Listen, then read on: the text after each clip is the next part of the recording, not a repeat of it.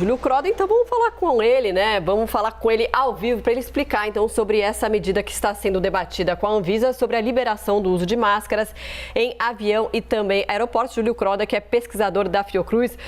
Doutor, muito bom dia, boa tarde já, obrigada por falar com a gente. Seja sempre muito bem-vindo aqui ao Live CNN. Boa tarde, Marcelo e Jara, é um prazer estar com vocês. Doutor, bom, vamos falar então sobre essa medida que está sendo discutida. Que risco isso pode trazer para a gente nesse momento? E é o momento também de liberar o uso de máscara nesses ambientes, aeroportos e também dentro de avião, que ainda é um ambiente ainda menor?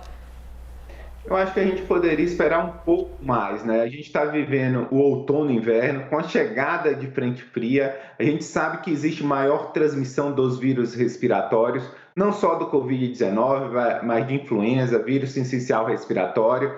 Quando esses países liberaram o uso de máscara em aeroportos e aviões foi durante o verão, então a gente está liberando no período que é mais propício para a transmissão de vírus respiratório. E a gente pode, por exemplo, perder tripulação, pilotos, no momento de férias, de junho e julho, onde as pessoas viajam muito. Então a gente poderia esperar esse período, né, de outono e inverno, entender a situação epidemiológica, se continuar tranquila, liberar o uso de máscara nesses ambientes. Júlio, a média móvel de mortes aumentou nessa última semana aqui no Brasil. Como que você avalia essa variação dos números?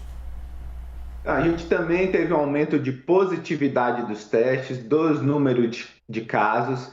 Então, a gente tem que ter muita atenção nesse momento, né? E qualquer flexibilização tem que ser vista com bastante cautela no momento que você tem um aumento de média móvel de caso, de hospitalização, de óbito e de testes positivos, né? A gente tem novas variantes B4 e B5 que se tornou predominante na África do Sul, foi responsável por um aumento de casos. A gente tem uma estagnação na vacinação, principalmente no que diz respeito à dose de reforço para a população geral e quarta dose para os idosos. Então, é importante reforçar uma mensagem nesse momento que a gente observe esse aumento.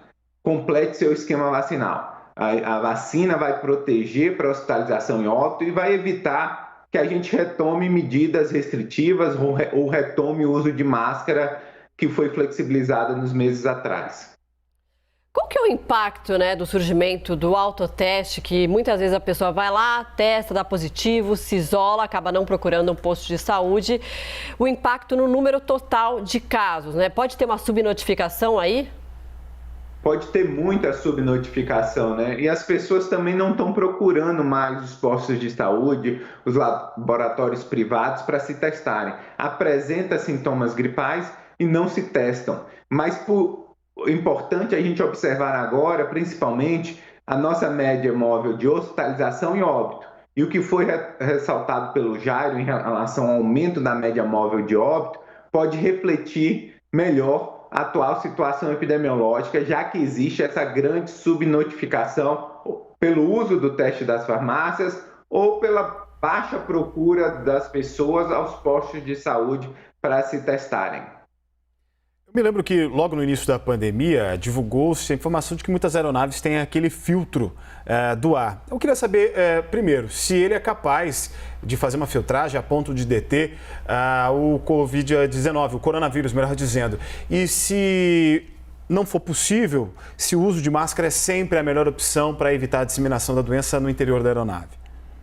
O uso dos filtros são eficientes, entretanto, o distanciamento não é adequado. E a transmissão pode ocorrer mesmo com o uso desses filtros que são eficientes na eliminação do vírus. Então, sim, no momento que você tem um aumento de casos, no momento que a situação epidemiológica ainda não é tranquila, onde você tem um período de inverno que existe uma probabilidade maior de transmissão de vírus respiratório, é prudente que dentro das aeronaves, é o local de maior risco de transmissão por conta do distanciamento, se use a máscara, preferencialmente uma máscara de melhor qualidade, né? Aquelas PPF2 ou N95.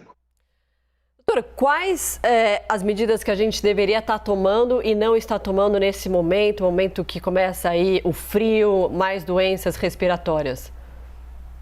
primeiro, manter a vigilância. Houve uma diminuição muito grande de testagem, então a gente perde um indicador que é importante de prever a necessidade de aumentar leitos hospitalares. Então a gente não sabe realmente se está existindo um aumento da transmissão. A gente só vai ver isso no futuro com o aumento da média móvel de hospitalização e óbito.